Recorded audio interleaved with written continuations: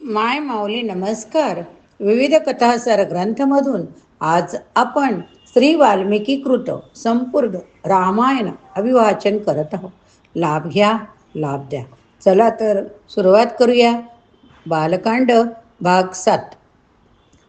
जेव्हा विश्वामित्राच्या कानावर हे कठोर अपमानास्पद शब्द पडले तेव्हा ताबडतोब त्याने शापवाणी उच्चारले, आजच्या आज वसिष्ठांचे नालायक पुत्र जळून खाक हो आणि यमलोकात जाओ.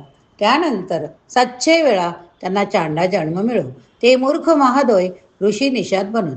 शापवाणीचा तात्काळ परिणाम घडून आला.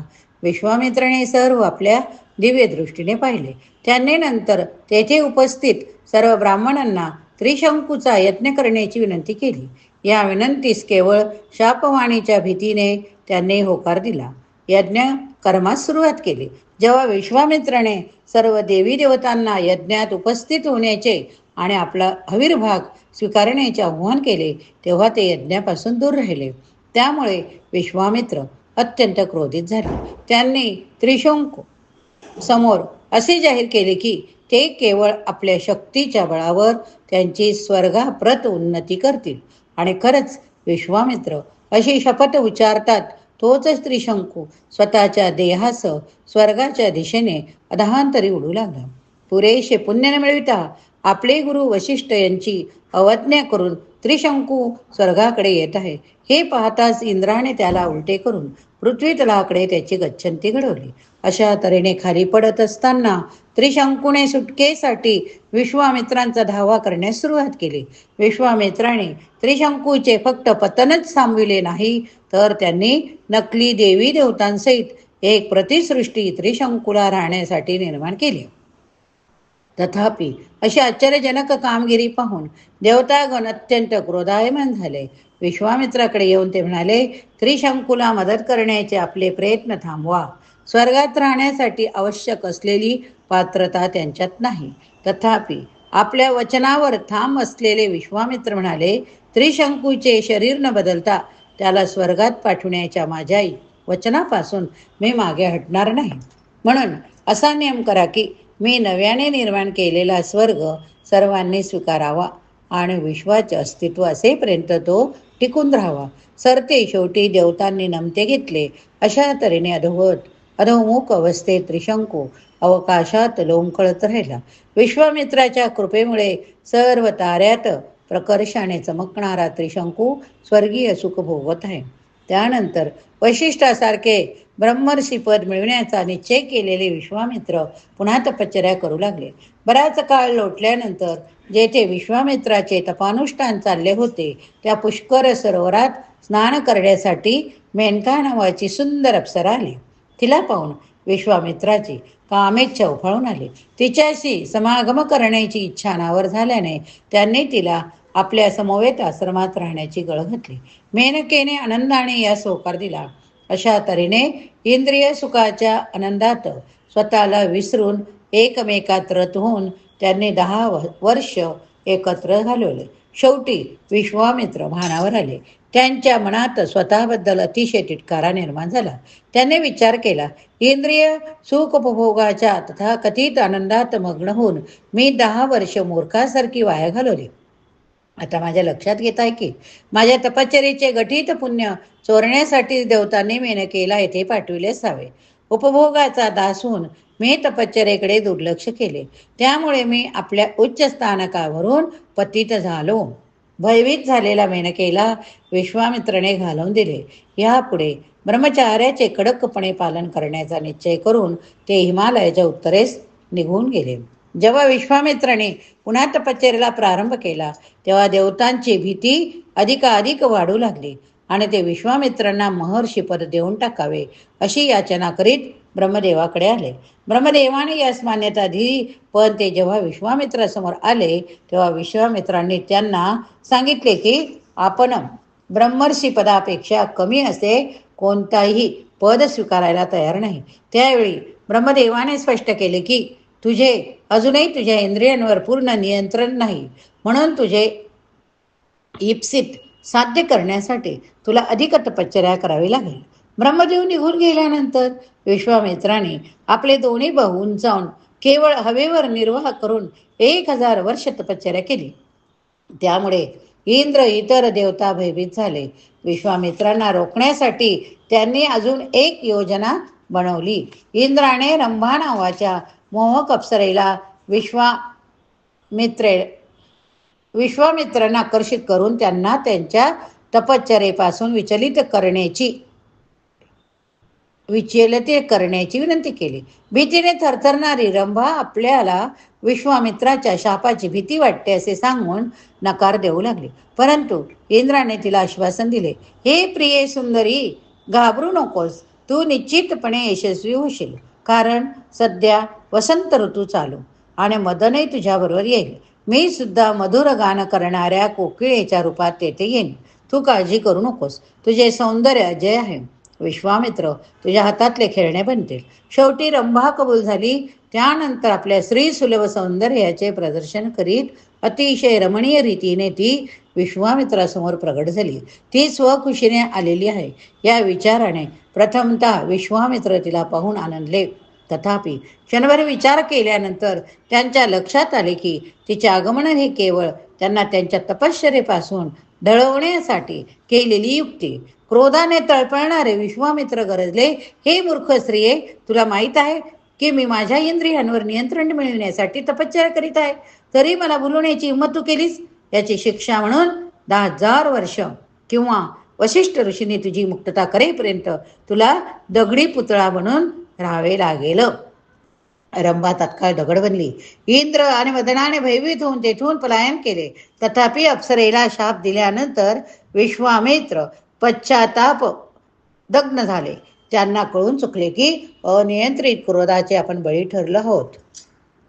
विश्वामित्रांनी त्यानंतर पुन्हा कधी क्रोधित न होण्याची शपथ घेतली. ब्रह्मर्षी पदाची प्राप्ती होईपर्यंत मी श्वास घेणार नाही, एक शब्दही उच्चारणार नाही, अन्नाचा घास घेणार नाही की पाणी पिणार नाही. त्यानंतर विश्वामित्राने पुन्हा तपश्चर्येला सुरुवात केली. परंतु असे 1000 वर्ष उपोषण केल्यानंतर त्यांनी थोडेसे खाण्याचे ठरवले. ते आपल्या पहिला घास घेतच होते तेवढ्यात इंद्र ब्राह्मणाच्या वेशात तेथे आला. त्याने सर्व अन्नाची त्याच्याकडे याचना केली. खेद किंवा रोष न करता विश्वामित्राने नम्रपणे ते सर्व अन्न ब्राह्मणाला देऊन टाकले आणि ते पुन्हा 1000 वर्ष तपश्चर्या करण्यास उभे राहिले. विश्वामित्राच्या कठोर तपश्चर्येमुळे संपूर्ण ब्रह्मांड तप्त होऊ लागले. त्यांच्या मस्तकातून धूर निघू लागला. यामुळे त्रस्त झालेली देवतागण विश्वामित्रांना शांत करण्याची विनंती करीत पुन्हा ब्रह्मदेवाकडे आले. तेव्हा ब्रह्मदेव सर्व देवतांसहित पुन्हा विश्वामित्राकडे गेले. त्यांना तपश्चर्येपासून दूर ठेवण्याच्या उद्देशाने ब्रह्मर्षीपद बहाल केले. विश्वामित्राचे हृदय अतिशय संतुष्ट झाले. परंतु त्यांनी पुढे आग्रह धरला, आपण मला ब्रह्मर्षीपद दिले ते पुरेसे नाही. इतर ब्रह्मर्षींनी विशेषतः वशिष्ठांनी माझे हे ब्रह्मर्षीपद मान्य केले पाहिजे. अशा तऱ्हेने देवतांच्या विनंतीवरून वशिष्ठ विश्वामित्राकडे गेले. त्यांना ब्रह्मर्षी म्हणून ओळखण्यास मान्यता दिली. विश्वामित्राने वशिष्ठांचा मोठा आदर केला.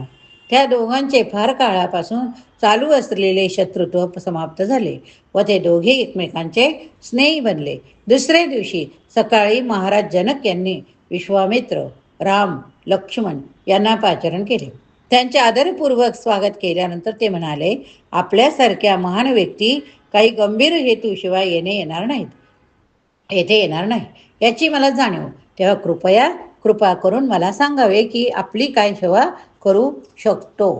विश्वामित्राने स्मित करून उत्तर दिले, राम आणि लक्ष्मण येथे आले आहेत, कारण तुझ्याजवळ असलेले तू ज्यांची दीर्घकाळापासून पूजा करीत आहे ते अद्भुत शिवधनुष्य पाहण्यास ते उत्सुक आहे. तेव्हा महाराज जनकाने स्पष्ट करून सांगितले, फार पूर्वी भगवान शिवाने आपले श्वशूर दक्ष यांच्या यज्ञात विघ्न आणण्यासाठी धनुष्य वापरले होते. त्या यज्ञातील आपल्या वाट्याच्या हविर्भागापासून वंचित झाल्याने भगवान शंकराने रागारागाने धनुष्य उचलले. सर्व देवांचा विध्वंस करण्याची धमकी दिली. शेवटी देवतांची बुद्धी ताळ्यावर आली. त्यांनी भगवान शंकराचे समाधान केले. त्याच्या बदल्यात शंकराने आपले धनुष्य त्यांना देऊन टाकले. नंतर ते धनुष्य देवतांनी माझे पूर्वज निमी महाराजांचे वंशज देवरात यांच्याकडे सुपूर्त केले. भगवान शंकराच्या धनुष्याचा इतिहास कथन केल्यानंतर महाराज जनकाने आणखी एक मनोरंजक कथा सांगितली. एकदा सोन्याच्या नांगराने मी यज्ञ परिसर नांगरत असताना आश्चर्यजनक रित्या एक ताने मुलगी सापडली. तिचे नाव मी सीता नांगराने केलेला चर असे ठेवले आणि स्वतःची कन्या म्हणून मी तिला वाढविले. सीता लवकरच मोठी झाली. जेव्हा ती वयात आली तेव्हा तिच्याशी विवाह करण्याच्या आशेने अनेक सुयोग्य राजपुत्र येथे आले. माझी कन्या कोणी सामान्य मुलगी नाही म्हणून या राजपुत्रांना मी स्पष्ट सांगितले की सीतेशी विवाह करण्यासाठी त्यांनी असामान्य शौर्याचे स्वामी असले पाहिजे. त्यानंतर मी ते शिवधनुष्य पुढे आणवले. त्यांना त्याची प्रत्येचा चढवायस सांगितली. तथापि त्यातल्या एकालाही ते धनुष्य उचलता किंवा धरताही आले नाही. मग ते वाकवून त्यावर प्रत्येचा चढवणे दूरच राहिले. बहुतेक राजकुमार अपमानित होऊन निघून गेले. नंतर मैथिलीचा हल्ला करण्याच्या हेतूने एकत्रित झाले. 12 महिन्यापर्यंत तुंबळ लढाई चालली. शेवटी माझे सैन्य कमकुवत होऊन चालले.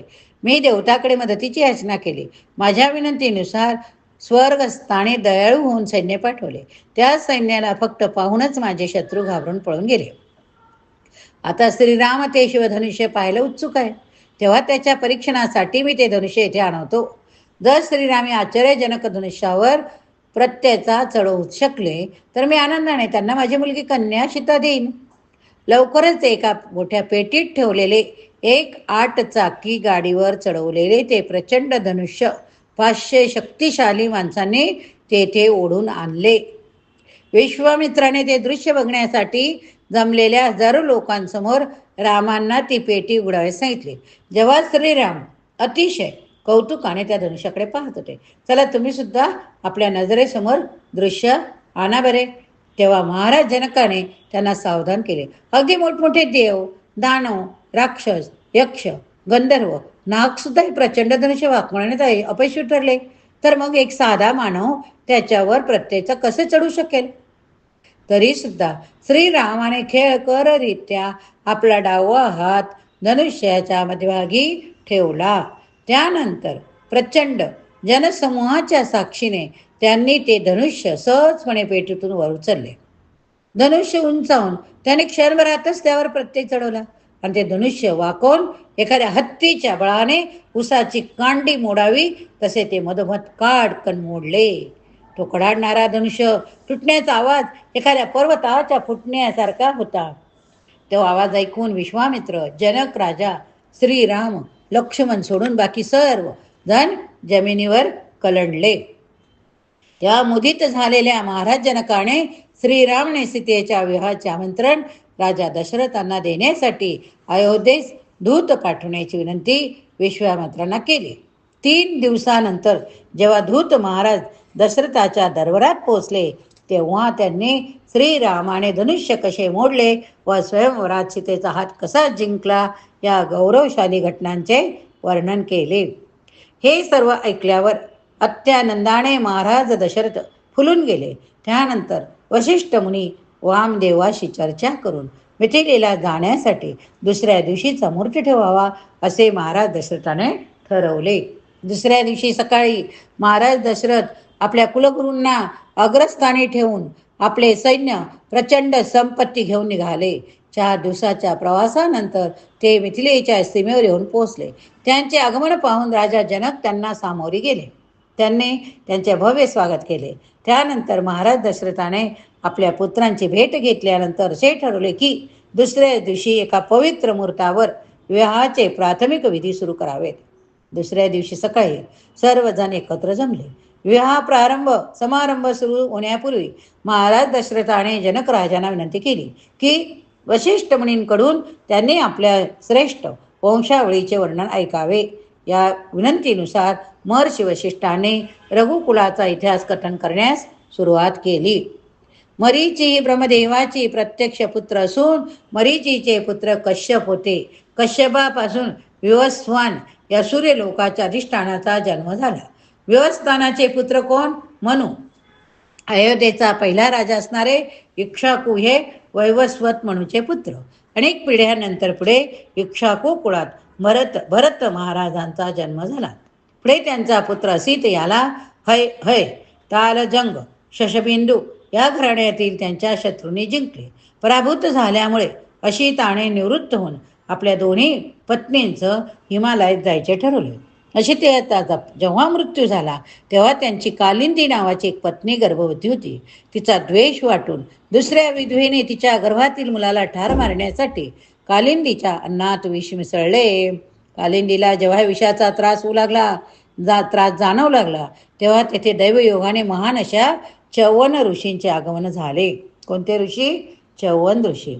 कालिंदीने आपले मूल जगावे म्हणून शास्त्रपूर्ण नयनाने च्यवन ऋषींकडे आशीर्वाद मागितला.